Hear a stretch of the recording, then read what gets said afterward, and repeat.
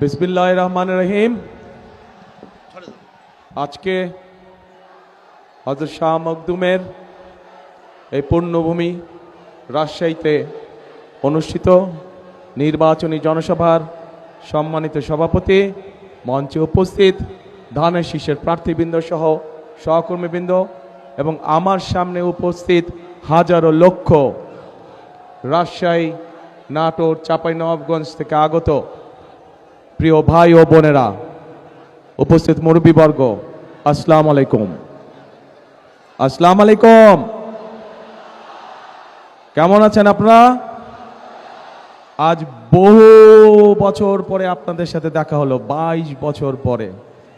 আপনাদের এখানে শেষ এসেছিলাম আমি 22 বছর আগে, প্রায় 2005 সালে বোধহয়, না 2004 সালে এসেছিলাম। কয়েকবার এসেছিলাম, তখন 4 আগে কয়েকবার এসেছিলাম। রাজশাহী জেলার বিভিন্ন উপজেলায় গিয়েছিলাম, শীতের সময় গিয়েছিলাম গরিব দুস্থ মানুষকে কম্বল পৌঁছে দিতে, গরমের সময় গিয়েছিলাম মা বোন, দুস্থ মা বোন নারী যারা ছিলেন তাদেরকে এসে হাঁস, ছাগল এগুলো বিতরণ করার জন্য। কাজেই আপনাদের সাথে আমার একটি আত্মার সম্পর্ক রয়ে গেছে এই রাজশাহীর মানুষের সাথে। প্রিয় ভাই বোনেরা, আজ এটি নির্বাচনী জনসভা, তাই তো? এখন নির্বাচনী, দাঁড়াও ভাই, কথা শুনতে হবে। তুমি স্লোগান দিলে আমার কথা না শুনলে তুমি তো দলের কর্মী, আমি কি বললাম এটা শুনে গিয়ে এলাকার মানুষকে বলতে হবে, কাজেই কথা শুনতে হবে। এখন যেহেতু এটা নির্বাচনী জনসভা, নির্বাচনী জনসভায় কি হয়ে থাকে? নির্বাচনী জনসভায় এক দল আরেক দল সম্পর্কে বিভিন্ন কথা বলে থাকে। তবে আজকের এই নির্বাচনী সভাটা আমরা ভিন্নভাবে করতে চাই, ভিন্ন কথা বলতে চাই, ভিন্নভাবে করতে চাই, ভিন্ন কথা বলতে চাই। কি সেই কথা? আপনাদের কথা আমি বলতে চাই, জনগণের কথা আমি বলতে চাই, এলাকার মানুষের কথা আমি বলতে চাই। যেই কথাগুলো বললে, যেই বিষয়গুলো আলোচনা করলে পরে মানুষের উপকার হবে, এলাকার মানুষের উপকার হবে, জেলার মানুষের, উপজেলার মানুষের উপকার হবে। প্রিয় ভাই বোনেরা, যখনই অন্য জেলার মানুষ রাজশাহী নিয়ে কথা বলে, তখনই দুটো বিষয় তাদের চোখের সামনে ভেসে ওঠে। প্রথমে কোন জিনিসটা ভেসে ওঠে বলেন তো? কোন জিনিসটা প্রথমে? রাজশাহী বললেই কোনটা বোঝায়? পদ্মা নদী, পদ্মা নদী, পদ্মা। তো এখন কিন্তু দুঃখজনক ব্যাপার হচ্ছে, এই যে পদ্মাই বলেন, তিস্তাই বলেন, ব্রহ্মপুত্রই বলেন, যেই নদী বলেন, পানি আছে কোনো পানি নাই। পদ্মার সাথে যেই খালগুলো, সেগুলোতে কোনো পানি আছে? কোনো পানি নাই। এরপরে আসেন, রাজশাহী বললে কি বোঝায়? শিক্ষা নগরী, তাই তো? শিক্ষা নগরী বোঝায়। এই নগরীতে বহু শিক্ষিত, উচ্চ শিক্ষিত মানুষ আছেন, কিন্তু তাদের মধ্যে বহু মানুষ আজকে কর্মসংস্থানের অভাবে ঘরে বসে আছেন। ঠিক ঠিক। এখানে আইটি পার্ক করেছে, কিন্তু কোনো কাজ হয় না। আইটি পার্কে হয় কোনো কাজ? কোনো কাজ হয় না। তো এখন এই বিষয়গুলো তো আমাদেরকে নজর দিতে হবে, তাই না? আমাদের নদীতে পানি দরকার। কেন পানি দরকার? এই রাজশাহী সহ এই বিভাগটা, এই বিভাগে এই যে বরেন্দ্র প্রকল্প, যেটা শহীদ রাষ্ট্রপতি জিয়াউর রহমান চালু করেছিলেন, এই বরেন্দ্র প্রকল্প চালু করার পরেই শহীদ রাষ্ট্রপতি জিয়াউর রহমানের সময় দেশ খাদ্যে দ্বিগুণ উৎপাদন করে, দ্বিগুণ খাদ্য উৎপাদন করে। এখন সেই বরেন্দ্র প্রকল্প প্রায় আজ বন্ধ অবস্থা, তাই তো নাকি? আচ্ছা, আমি তো ভাই বহু বছর পরে আসছি, আমি কিছু জিজ্ঞেস করলে বলতে হবে তো আমাকে, নাহলে আমি জানবো কেমন করে? আচ্ছা, এই বরেন্দ্র প্রকল্প দেশনেত্রী খালেদা জিয়ার সময়, শহীদ জিয়া যেটা রেখে গিয়েছিলেন, দেশনেত্রী খালেদা জিয়ার সময় এটিকে আরো বড় করা হয়েছিল এবং পরবর্তীতে বিশাল একটি প্রজেক্ট আকার ধারণ করেছিল। শুধু যে খাল, শুধু যে রাস্তা তা না, এটাতে বনায়নও ছিল, বনের ব্যবস্থা ছিল, ছোট ছোট বনের ব্যবস্থাও করা হয়েছিল। কিন্তু বিগত 16 বছর আমরা দেখেছি যে এটাতে কোনো কাজ নেই। স্বায়ত্তশাসিত প্রতিষ্ঠানের মধ্যে এই বরেন্দ্র প্রকল্প সবচেয়ে বড় প্রকল্প ছিল, যাদের নিজস্ব বাজেট ছিল প্রায় 1000 কোটি টাকা। কিন্তু সেই বরেন্দ্র প্রকল্পকে ধামাচাপা রেখে দেওয়া হয়েছে। প্রিয় ভাই বোনেরা, আমরা এই বরেন্দ্র প্রকল্পকে চালু করতে চাই সঠিকভাবে। আবার এই এলাকার খালগুলোকে আমরা খনন করতে চাই, পদ্মা নদীকে আমরা খনন করতে চাই। আরেকটি কাজ করতে চাই, যদি আপনাদের সমর্থন থাকে, যদি আপনাদের সমর্থন থাকে আরেকটি কাজ করতে চাই, ধানের শীষ সরকার গঠন করলে ইনশাল্লাহ আমরা পদ্মা ব্যারেজ নির্মাণের কাজে হাত দিতে চাই। পদ্মা ব্যারেজ যদি ইনশাল্লাহ আমরা তৈরি করতে পারি, এলাকার মানুষের, পুরা এই এলাকার মানুষের উপকার হবে। রাজশাহী শহর, নাটোর, চাঁপাইনবাবগঞ্জ সবাই ইনশাল্লাহ আমরা পদ্মা ব্যারাজের কাজে হাত দিব। এখন আসেন প্রিয় ভাই বোনেরা, এইগুলো হচ্ছে কতগুলো হচ্ছে পুরনো পরিকল্পনা, যেগুলোকে আমরা নতুন করে চালু করব। শহীদ জিয়া সেই খাল খনন কর্মসূচি, সাথে আমরা পদ্মা ব্যারাজের কাজে ইনশাল্লাহ হাত দেব যত দ্রুত সম্ভব। কিন্তু তার জন্য আপনাদের সহ এই পুরো অঞ্চলের, উত্তরাঞ্চলের প্রত্যেকটি মানুষকে ধানের শীষকে জয়যুক্ত করতে হবে। কারণ এই বরেন্দ্র প্রকল্পের সুবিধা রাজশাহী থেকে শুরু করে সেই ঠাকুরগাঁ, পঞ্চগড় পর্যন্ত কৃষকরা সুবিধা পেয়ে থাকে, পায় না? সেই পর্যন্ত চলে গিয়েছে এটার প্রকল্পের সুযোগ সুবিধা। কাজেই সেটি পদ্মা ব্যারেজই হোক, প্রকল্প চালুই হোক না কেন, এটার সুবিধা সকল মানুষ পাবে। কৃষক পাবে, কিষাণ বোন পাবে, কৃষক ভাই পাবে, সাধারণ মানুষ পাবে। কারণ উৎপাদন যখন বাড়বে, স্বাভাবিকভাবে নিত্য প্রয়োজনীয় জিনিসের দাম কমবে। কিন্তু একই সাথে আমাদেরকে নজর রাখতে হবে যাতে কৃষকরা তাদের উৎপাদিত পণ্য কোল্ড স্টোরেজে ঠিকভাবে রাখতে পারে, হিমাগারে রাখতে পারে। এই যে এখানে আম বাগান, আমাদের এই যে চাপাই শহর রাজশাহীর যে আম বাগান, আমাদের এখানে আমকে সংরক্ষণ করার জন্য কোনো হিমাগার নেই। আমাদের পরিকল্পনার মধ্যে একটি আছে কিভাবে আমকে সংরক্ষণ করা যায়, আরো বেশি কিছুদিন রাখা যায়, সেটা পরীক্ষা নিরীক্ষা করে আমরা আমের জন্য হিমাগার তৈরি করতে চাই এই এলাকায়। প্রিয় ভাই বোনেরা, এবার আসেন আরেকটি কথা বলি। ওই যে বললাম, রাজশাহীর কথা বললেই একটি কথা মনে আসে, শিক্ষা নগরী। কিন্তু মানুষ শিক্ষিত আছে, উচ্চশিক্ষিত মানুষ আছে, আইটি পার্ক আছে, কিন্তু কোনো কাজ নাই। আমরা এই আইটি পার্ককে সচল করতে চাই। আইটি পার্ককে সচল করার মাধ্যমে শিক্ষিত এবং উচ্চশিক্ষিত যে মানুষগুলো আছে, বিশেষ করে যারা আইটিতে কাজ করেন, তাদের আইটি সংক্রান্ত যেই কাজগুলো তাদের দরকার। এই মুহূর্তে আইটি সংক্রান্ত কাজ বলতে আমাদের যে মোবাইল ফোন কোম্পানিগুলো আছে, যেই কয়েকটা, শুধু ওই কয়টাতেই কাজ করা যায়। এর বাইরেও বহুত কাজ আছে যারা আইটিতে, আমাদের অনেক তরুণ আছে, অনেক যুবক আছে যারা এই কাজে পারদর্শী, কিন্তু তাদের কর্মসংস্থানের উপায় নাই। আমরা সেই উপায়টি তৈরি করতে চাই, আইটি পার্কের মধ্যে সেই উপায়টিকে তৈরি করতে চাই। একই সাথে আমরা এই বিভাগে ভোকেশনাল ইনস্টিটিউট তৈরি করতে চাই। যেই ভোকেশনাল ইনস্টিটিউট তৈরি করার মাধ্যমে আমরা আমাদের ছেলেদেরকে, আমরা আমাদের বোনদেরকে ট্রেনিং দেব, এবং সেই বিভিন্ন ট্রেনিং দেওয়ার মাধ্যমে তাদেরকে আমরা দক্ষ শ্রমিক হিসাবে গড়ে তুলতে চাই, যাতে করে তারা দেশের ভিতরে নিজেদের ব্যবসা বাণিজ্য করতে পারে, অথবা সেই ট্রেনিং পাওয়ার পরে তারা বিদেশেও কর্মসংস্থানের ব্যবস্থা করতে পারে। প্রিয় ভাই বোনেরা, আমার সামনে এখানে কয়েক হাজার মা বোন উপস্থিত আছেন।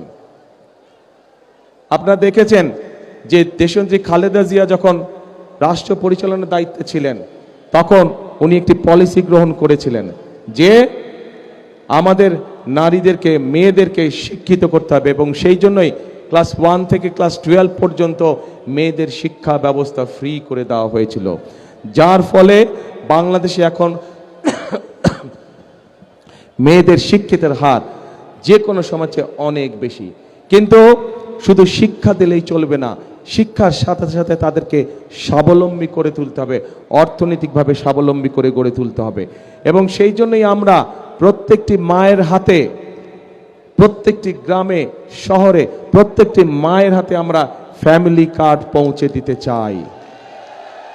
এই ফ্যামিলি কার্ড দল মত নির্বিশেষে প্রত্যেকটি মা এই ফ্যামিলি কার্ড পাবে, এবং ফ্যামিলি কার্ডের মাধ্যমে তারা সরকারের পক্ষ থেকে মিনিমাম কিছু সুযোগ সুবিধা পাবে, যাতে করে মাসে তাদের সংসারের ধাক্কাটা সামলে উঠতে পারে, তারা সংসারের চালানোর যে ধাক্কা, সেই ধাক্কাটি মা বোনরা যাতে সামলে উঠতে পারে। প্রিয় ভাই বোনেরা, আমরা এই এলাকায় বহু মানুষ এখান থেকে আপনাদের সামনে দিয়ে অন্য দেশে চলে যায় চিকিৎসার জন্য, যায় না? এখান থেকে বছরে বহু মানুষ এইখান থেকে পার হয়ে চিকিৎসার জন্য যায়। এটা দেশের বৈদেশিক মুদ্রা তারা নিয়ে যাচ্ছে। আমরা এই অবস্থার পরিবর্তন করতে চাই, এবং এই অবস্থার পরিবর্তন করার জন্য আমাদের পরিকল্পনার মধ্যে আছে যে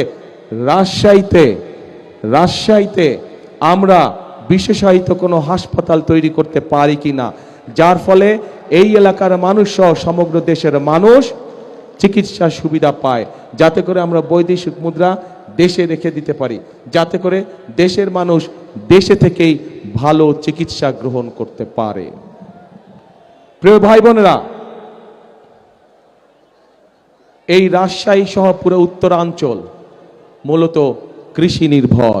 প্রধান পেশা হচ্ছে কৃষির পেশা।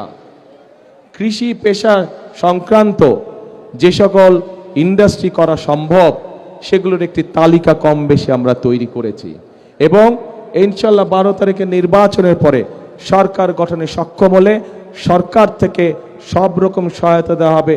যে সকল উদ্যোক্তা কৃষি সংক্রান্ত মিল ফ্যাক্টরি এই রাজশাহী সহ পুরো উত্তরাঞ্চলে প্রতিষ্ঠিত করবে, তাদেরকে বিশেষ সহায়তা দেওয়া হবে, যাতে করে তারা মিল ফ্যাক্টরি করতে পারে। কারণ তারা যদি মিল ফ্যাক্টরি করে, তাহলে এই এলাকার সন্তানরা, সেটি রাজশাহী জেলা হোক, সেটি সমগ্র উত্তরাঞ্চলের মানুষ হোক, তাহলে তাদের কর্মসংস্থানের সুবিধা হবে।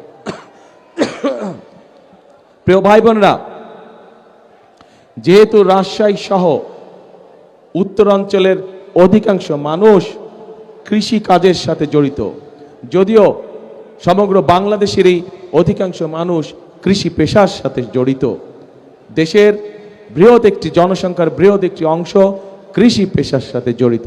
কাজে কৃষক যদি আজকে ভালো থাকে, তাহলে অবশ্যই দেশের মানুষ ভালো থাকবে। কৃষক যদি আজকে অর্থনৈতিকভাবে শক্তিশালীভাবে দাঁড়িয়ে থাকতে পারে, তাহলে দেশের মানুষও সহজেই কৃষি উৎপাদিত যেগুলো পণ্য আছে, সেগুলো তারা সহজেই তাদের ব্যবহারের জন্য ব্যবহার করতে পারবে সেগুলো। এবং সেই জন্যই কৃষক ভাইদেরকে সহযোগিতা করার জন্য আমরা ঠিক ফ্যামিলি কার্ড যেরকম মায়েদের হাতে পৌঁছে দিতে চাই, কৃষক ভাইদের জন্য আমরা কৃষি কার্ড একটি পৌঁছে দিতে চাই প্রত্যেক কৃষক ভাইদের কাছে, যার মাধ্যমে তারা ব্যাংকের ঋণ সহ, যার মাধ্যমে তারা সরকারের পক্ষ থেকে কীটনাশক ঔষধ, বীজ সহ, সার সহ এই সুবিধাগুলো সরাসরি আমরা কৃষক ভাইদের হাতে পৌঁছে দিতে চাই। এবং আমরা আরেকটি সিদ্ধান্ত নিয়েছি, আমরা হিসাব নিকাশ করে দেখেছি, এবং তারপরে আমরা সিদ্ধান্ত নিয়েছি যে 10,000 টাকা পর্যন্ত যাদের কৃষি ঋণ এই মুহূর্ত পর্যন্ত আছে, ইনশাল্লাহ আগামী 12 তারিখে ধানের শীষ বিজয়ী হয়ে সরকার গঠন করলে আমরা 10,000 টাকা পর্যন্ত কৃষি ঋণ সুদ সহ মওকুফ করব ইনশাল্লাহ। 10,000 টাকা পর্যন্ত কৃষি লোন সুদ সহ ইনশাল্লাহ আমরা মওকুফ করব ধানের শীষ ইনশাল্লাহ বিজয় হলে। কি ধাক্কা খেলেন নাকি একটু আপনারা? হ্যাঁ, মনে হলে ধাক্কা খেলেন একটু আপনারা? আচ্ছা, ঠিক আছে, ঠিক আছে, চলবে, আপাতত চলবে, ঠিক আছে ইনশাল্লাহ। কেন এই কাজগুলো করছে, এই পরিকল্পনার কথাগুলো আপনাদেরকে এই জন্য বললাম, এই কাজগুলোর কথা আপনাদেরকে এই জন্য বললাম। প্রিয় ভাই বোনেরা, বিগত 16 বছর 17 বছর এই দেশের সাধারণ মানুষের ভোটের অধিকার যেরকম কেড়ে নেওয়া হয়েছিল, এই দেশের মানুষের কথা বলার অধিকার যেমন কেড়ে নেওয়া হয়েছিল, ঠিক দেশের মানুষের জন্য কোনো কাজ করা হয় নাই। আমরা দেখেছি যে কিভাবে কতগুলো মেগা প্রকল্প করা হয়েছে, এবং এই মেগা প্রকল্পের উদ্দেশ্যই ছিল মেগা দুর্নীতি। কিন্তু এলাকার মানুষের জন্য রাস্তাঘাট নির্মাণ, কৃষকদের পাশে দাঁড়ানো, মা বোনদের পাশে দাঁড়ানো, এই রকম কোনো কাজ, এলাকার হাসপাতাল, এলাকার স্কুল কলেজগুলো ঠিক করা, শিক্ষক ঠিক মতন পাঠানো, ডাক্তার ঠিক মতন পাঠানো, এগুলো কোনো কাজ বিগত 16-17 বছর হয় নাই। কাজেই এখন এই যে 5ই আগস্টে একটি পরিবর্তন হয়েছে, এই পরিবর্তনটি যেটি হয়েছে, এই পরিবর্তনটি হতে হবে জনগণের কাঙ্ক্ষিত পরিবর্তন। অর্থাৎ এই পরিবর্তনের মাধ্যমে আমাদেরকে নিশ্চিত করতে হবে যে এই পরিবর্তন জনগণের ভাগ্যের পরিবর্তন যাতে করে। এবং সেজন্যই আজকে আমাদের জন্য এই 12 তারিখে নির্বাচন অত্যন্ত গুরুত্বপূর্ণ। প্রিয় ভাই বোনেরা, 12 তারিখে বাংলাদেশের মানুষকে আজকে সিদ্ধান্ত নিতে হবে, আমাদেরকে সিদ্ধান্ত নিতে হবে যে আমরা আগামী দিন দেশকে কোন দিকে পরিচালিত করব। দেশকে আমরা গণতন্ত্রের দিকে পরিচালিত করব নাকি দেশ অন্য কোনো দিকে চলে যাবে, এই বিষয়ে আমাদেরকে সিদ্ধান্ত নিতে হবে। গণতন্ত্রের দিকে যদি আমরা দেশকে ধাবিত করি, গণতন্ত্রের দিকে যদি আমরা দেশকে পরিচালিত করি, তাহলে আপনাদের সামনে আমি যেই পরিকল্পনার কথাগুলো তুলে ধরলাম, আপনাদের যেই দাবিগুলো বা আপনাদের যেই চাওয়াগুলোর কথা তুলে ধরলাম, মানুষের উপকার হয় এরকম কাজের কথা যেগুলো আমি তুলে ধরলাম, সেই কাজগুলোকে বাস্তবায়ন করা সম্ভব হবে। কিন্তু আমরা যদি গণতন্ত্রকে ধরে রাখতে না পারি, তাহলে মেগা প্রজেক্ট হবে, জনগণের কোনো প্রজেক্ট হবে না।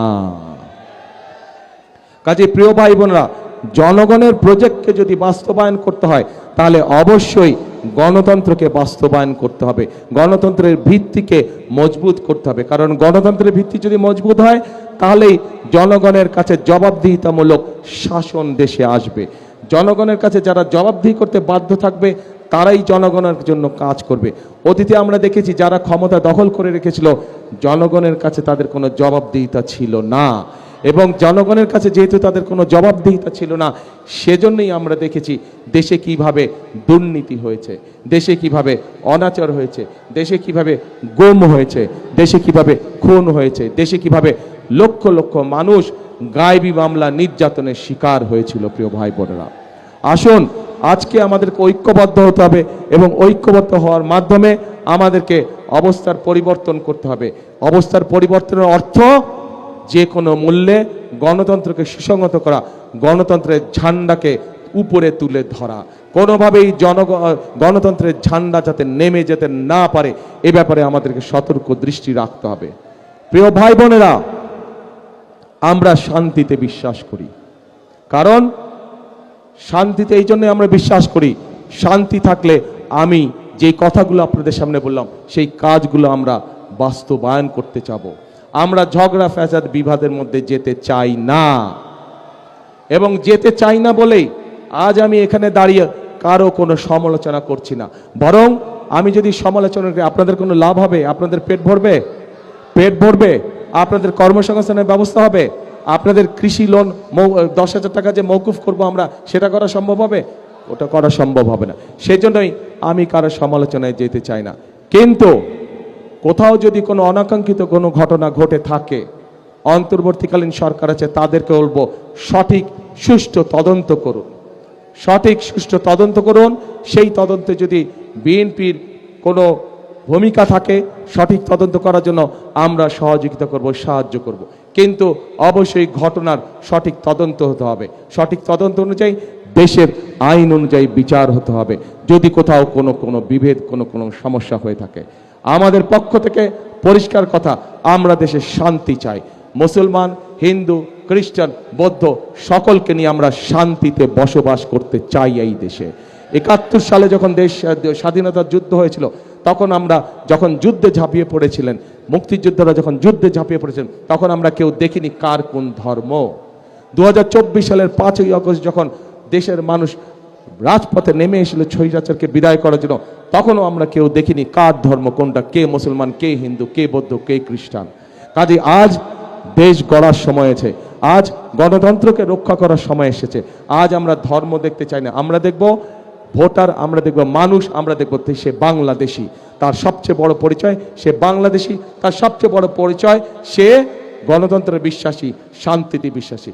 যারাই গণতন্ত্রে বিশ্বাসী, যারাই শান্তিতে বিশ্বাসী, আমরা তাদের সাথে আছি, আমরা তাদেরকে আমাদের সাথে রাখতে চাই। প্রিয় ভাই বোনেরা, বিগত 16 বছর আমরা কয়েকটি তথাকথিত নির্বাচন দেখেছি, নিশিরাতের নির্বাচন দেখেছি, আমিডামির নির্বাচন দেখেছি, গায়েবী নির্বাচন দেখেছি। দেশের মানুষ ভোট দিতে পেরেছিলেন আপনারা? পারেননি আপনারা ভোট দিতে। তারা চলে গেছে যারা ভোটের অধিকার কেড়ে নিয়েছিল। কিন্তু আরেকটি মহল ষড়যন্ত্র শুরু করছে, ভেতরে ভেতরে ষড়যন্ত্র করছে কিভাবে এই নির্বাচনকে ক্ষতিগ্রস্ত করা যায়, কিভাবে বাধাগ্রস্ত করা যায়। আজ এখানে হাজার লক্ষ মানুষ যারা আপনারা উপস্থিত হয়েছেন, আপনারা সহ আপনারা যত মানুষের সাথে দেখাবে প্রত্যেককে বলবেন যে আগামী 12 তারিখে নির্বাচন যাতে কেউ বানচাল করতে না পারে সেজন্য সকলকে সতর্ক থাকতে হবে, সকলকে সজাগ থাকতে হবে। প্রিয় ভাই বোনেরা, আমরা যদি জনগণ যদি 12 তারিখে সজাগ থাকে, জনগণ যদি 12 তারিখে সতর্ক থাকে, 13 তারিখ থেকে শুরু হবে জনগণের দিন ইনশাআল্লাহ। এই বাংলাদেশে 13 তারিখ থেকে হবে জনগণের দিন। জনগণের প্রত্যাশা, জনগণের আশা, জনগণের আকাঙ্ক্ষা যে সকল আছে সে সকল বিষয়ের কাজগুলো ধীরে ধীরে পর্যায়ক্রমিকভাবে শুরু হবে। বেকারদের কর্মসংস্থানের সমস্যার সমাধানের কাজ শুরু হবে, মা বোনদের ফ্যামিলি কার্ডের কাজ শুরু হবে, কৃষক ভাইদের কৃষক কার্ডের কাজ শুরু হবে, বেকারদের কর্মসংস্থানের কাজ শুরু হবে, আমাদের তিস্তায় পদ্মা ব্যারাজের কাজ আমরা শুরু করব, বরেন্দ্র প্রকল্পের কাজ আমরা শুরু করব, 10,000 টাকা পর্যন্ত কৃষি লোন মৌকুফের কাজ আমরা শুরু করব। এই কাজগুলো হচ্ছে জনগণের কাজ এবং এই কাজগুলো ইনশাল্লাহ 12 তারিখে ধানের শীষ জয়যুক্ত হলে পরে ইনশাল্লাহ 13 তারিখ থেকে শুরু হবে জনগণের জয়যাত্রা। সেজন্যই প্রিয় ভাই বোনেরা, সবসময় আমি একটি কথা বলি, শহীদ জিয়া দেশ গড়েছেন, দেশনেত্রী খালেদা জিয়া দেশ গড়েছেন, এখন আমাদের সকলের পালা দেশ গড়ার। কারণ এই দেশই হচ্ছে আমাদের প্রথম এবং এই দেশই হচ্ছে আমাদের শেষ ঠিকানা। সেজন্যই আমি একটি কথা বলি, সবসময় একটি কথা বলি, কথাটি আপনারাও জানেন, আমার সাথে দয়া করে কথাটা বলবেন। করব কাজ সবার আগে বাংলাদেশ। প্রিয় ভাই বোনেরা, প্রার্থী ভাইরা আপনারা একটু দাঁড়ান তো, ক্যান্ডিডেট সাহেবরা আপনারা একটু দাঁড়ান, শুধু প্রার্থী ভাইরা একটু দাঁড়ান, সামনে আসেন। সব এই পাশে নাকি প্রার্থীরা সব এই পাশে দাঁড়া যান, একজনের পর একজন দাঁড়া যান, ধাক্কাধাক্কি করার দরকার নেই তো, একজনের পর একজন দাঁড়া যান, কিউতে দাঁড়া যান, একজন সিনিয়র মানুষ, আপনারা ধাক্কাধাক্কি করছেন কেন? শুধু ওই পাশে দাঁড়া যান। প্রিয় ভাই বোনেরা, এই যে আমার হাতের ডানে এবং বামে এনাদের প্রত্যেকের হাতে আমি ধানের শীষ তুলে দিয়ে গেলাম। এখন আপনাদের দায়িত্ব হচ্ছে 12 তারিখ পর্যন্ত এদেরকে দেখে রাখা, আর এদের দায়িত্ব হচ্ছে 12 তারিখে ইনশাল্লাহ ভোট দিয়ে যখন আপনারা জিতিয়ে আনবেন, 13 তারিখ থেকে এদের দায়িত্ব হচ্ছে আপনাদেরকে দেখে রাখবে, আপনাদেরকে এরা দেখে রাখবে। 13 তারিখ থেকে ইনশাল্লাহ 12 তারিখ পর্যন্ত আপনাদের দায়িত্ব হচ্ছে এদেরকে দেখে। ঠিক আছে? চলবে ইনশাল্লাহ। এরা হচ্ছে সব ধানের শীষের প্রার্থী। আচ্ছা, ধরলে কি হবে?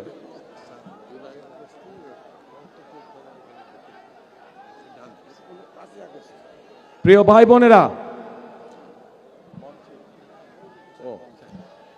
ভাই বোনেরা, আমাদের এই মঞ্চের হাতের বাম পাশে গত জুলাই আন্দোলনে যারা শহীদ হয়েছে বা আহত আছে সেই পরিবারের সদস্যরা এখানে বসে আছে। 71 সালে লক্ষ শহীদের, বসেন আপনারা, ধন্যবাদ, বসেন। 71 সালে লক্ষ শহীদের আত্মত্যাগের বিনিময়ে আমরা এই স্বাধীনতা পেয়েছিলাম। ঠিক জুলাই আন্দোলনে এই শহীদ এবং শহীদ পরিবারের যাদেরকে হারিয়েছে তারা এবং যারা আহত হয়েছে তাদের আত্মত্যাগের বিনিময়ে আমরা 71-এ অর্জিত সেই স্বাধীনতাকে 24-এ আমরা রক্ষা করেছি। আসুন আজকে আমরা 8টি প্রতিজ্ঞা গ্রহণ করি। সেই প্রতিজ্ঞাটা হচ্ছে এই জুলাই আগস্টে যারা শহীদ হয়েছে, যারা বিভিন্নভাবে আহত নির্যাতনের শিকার হয়েছে, তাদের ত্যাগ যেন বৃথা না যায়। এই দেশের জনগণের শাসন কায়েম করার মাধ্যমেই একমাত্র শহীদদের আমরা পরিপূর্ণ শ্রদ্ধা জানাতে পারবো। এটাই হোক আমাদের আজকের প্রতিজ্ঞা, আজকের শপথ। তাহলে আসুন, শেষ কথা কি কথা? করব কাজ, গড়ব দেশ, সবার আগে বাংলাদেশ। আল্লাহ হাফেজ। বাংলাদেশ জিন্দাবাদ, বাংলাদেশ জাতীয়তাবাদী দল জিন্দাবাদ। আসসালামু আলাইকুম।